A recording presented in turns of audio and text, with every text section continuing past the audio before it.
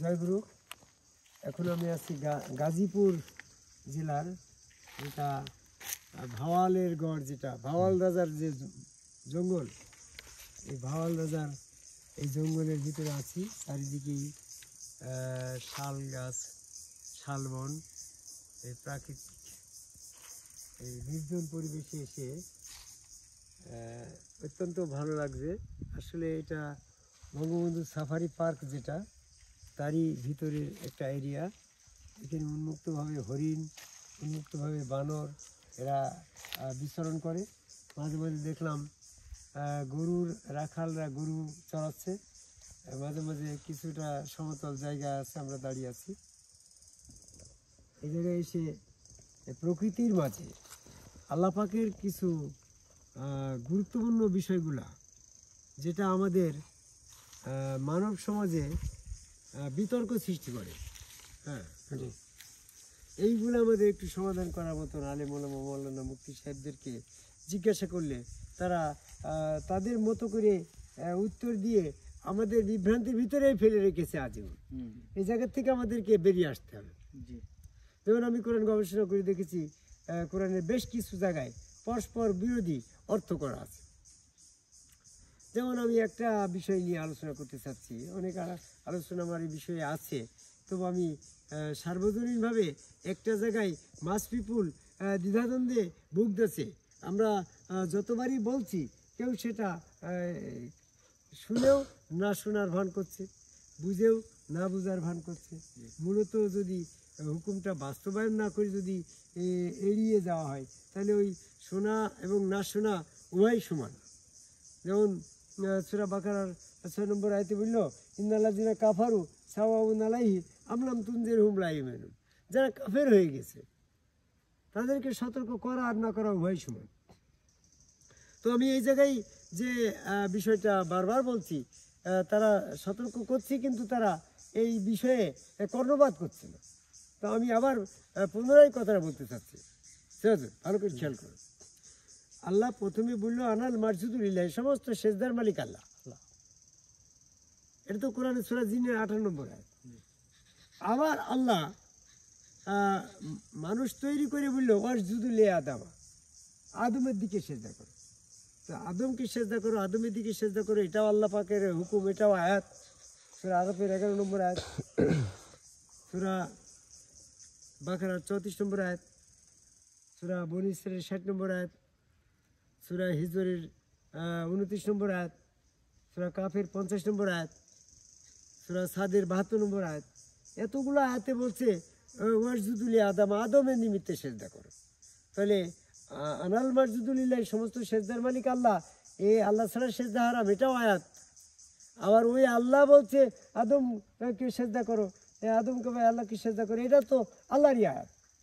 তো আমরা এখন কিছু মানুষ দ্বিধাদ্বন্দ্বে পড়ে আদম সেজদা থেকে বিরত থাকছি, আবার কিছু মানুষ আদমকে ভাই আল্লাহকে সেজদা করছি।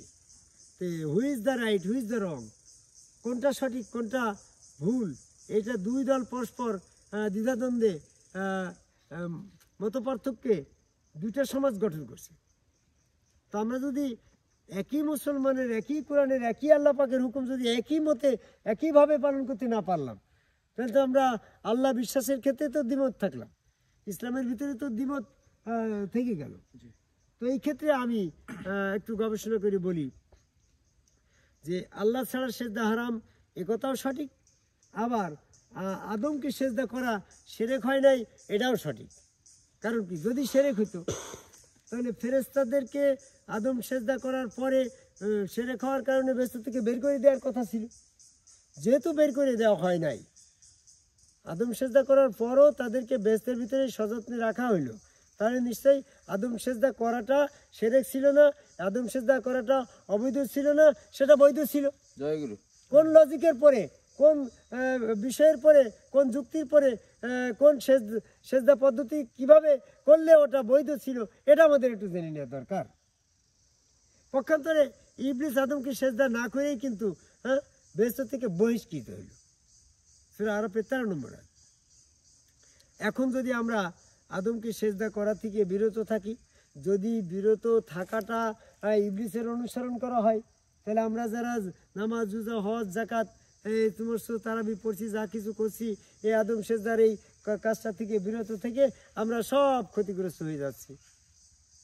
আর যদি আমরা জেনে নিতে পারি যে আদম সেজদাটা কোন পদ্ধতি করলে এটা বৈধ হবে, তাহলে আমরা এই আদম সেজদার মাধ্যমে সেজদা আল্লাহকে সেজদা করে আমরা পরিত্রাণযোগ্য পথে যেতে পারি, ক্ষতিগ্রস্ত ইবলিসের অনুসরণ থেকে বিরত থাকতে পারি।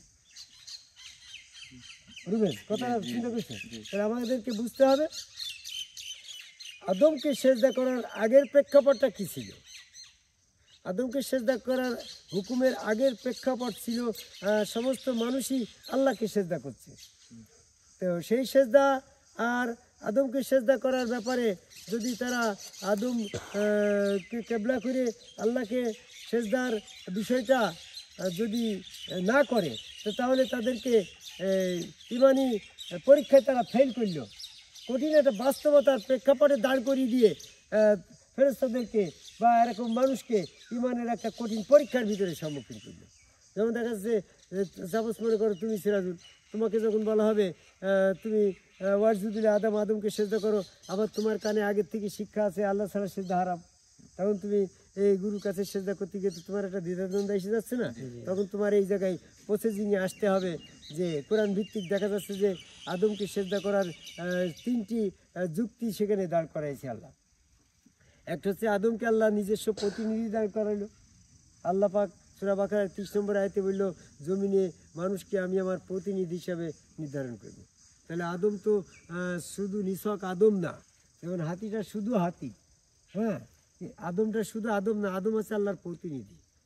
তো আল্লাহর প্রতিনিধি তখন প্রতিনিধিকে সেজদা করতে গেলে, সেজদাটা প্রতিষ্ঠিত করতে গেলে আদমের ভিতরে আল্লাহ তখন নিজ রূহ উৎকার করল। যদি আদমের পাশে আল্লাহ